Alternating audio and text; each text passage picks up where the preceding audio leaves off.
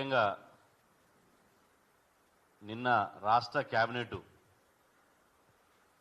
సమావేశం ఏర్పాటు చేసి ఆ సమావేశంలో బీసీలకు 42% రిజర్వేషన్లు కల్పించడానికి 2018లో తీసుకొచ్చినటువంటి పంచాయతీరాజ్ చట్టాన్ని సవరించి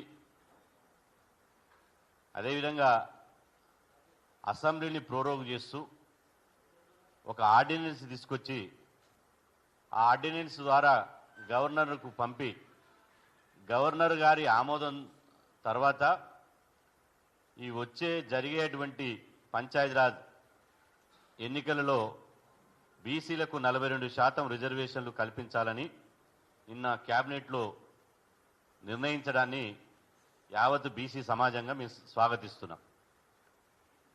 ఇది బీసీ రిజర్వేషన్ల ఏ పార్టీ ఏ ప్రభుత్వ దయాదాక్షిణ్యాలతో కాదు.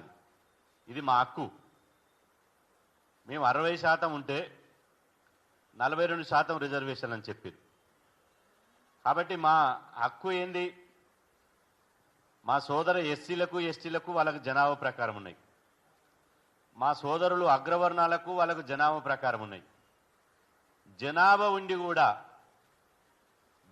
ఉండి కూడా రిజర్వేషన్ లేనటువంటి దామాషా పద్ధతిలో రిజర్వేషన్ లేనటువంటి సమాజం ఏదైతే ఉందో అది బీసీ సమాజమే.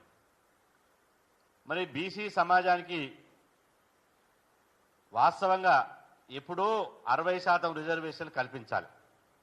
కానీ స్వాతంత్రం వచ్చి 78 సంవత్సరాలు అయింది. స్వాతంత్రం వచ్చిన తర్వాత ఇతర వర్గాలకు రిజర్వేషన్ ప్రారంభమైనవి. కానీ బీసీలకు ఎప్పుడు రిజర్వేషన్ ప్రారంభమైనవి? స్వాతంత్రం వచ్చిన తర్వాత 42 సంవత్సరాల తర్వాత ఈ దేశంలో బీసీలకు రిజర్వేషన్ ప్రారంభమైనవి. 42 సంవత్సరాల తర్వాత ఇతర సామాజిక వర్గాలకు జనాభా ప్రాతిపదికన రిజర్వేషన్ అమలైతే బీసీలకు మాత్రం కేవలం అత్యవసర రిజర్వేషన్ స్టార్ట్ చేశారు. ఆ అత్యవసర రిజర్వేషన్లో భాగంగానే 60% జనాభా ఉన్న వాళ్లకు 34% రిజర్వేషన్ అమలైనవి. ఆ 34% రిజర్వేషన్ గండిగొట్టి తెలంగాణ వచ్చిన తర్వాత 18% రిజర్వేషన్ తగ్గిపోయినాయి.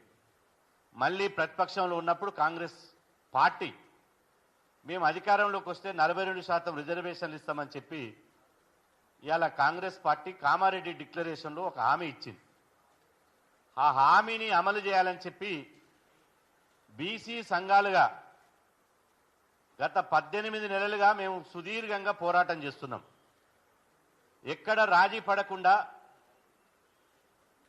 ఒకవైపు సంప్రదింపులు జరుపుతూనే ఇంకొక వైపు కలెక్టరేట్ల ముట్టడిలు, ధర్నాలు, ర్యాలీలు, చెలో హైదరాబాద్ లాంటి పిలుపును తీసుకొని మేము ఒక ఉద్యమాన్ని కంటిన్యూగా 18 నెలల సంధి మేము పోరాటం చేస్తున్నాం. ఈ 18 నెలల సుదీర్ఘ పోరాట ఫలితమే నిన్న కేబినెట్ తీసుకున్నటువంటి నిర్ణయంగా మేము భావిస్తున్నాం. ఇవాళ ఇందులో ఎవరు క్రెడిట్ వాళ్ళు తీసుకోవచ్చు, తప్పేం లేదు. ప్రజాస్వామ్యంలో రాజకీయ పార్టీలు ఉన్నదే రాజకీయ మైలేజ్ తీసుకోవడానికి. కానీ మేము మాత్రం బీసీ సంఘాలుగా మాకే రాజకీయ పార్టీ లేదు, ఏ పార్టీల మెంబర్షిప్ లేదు.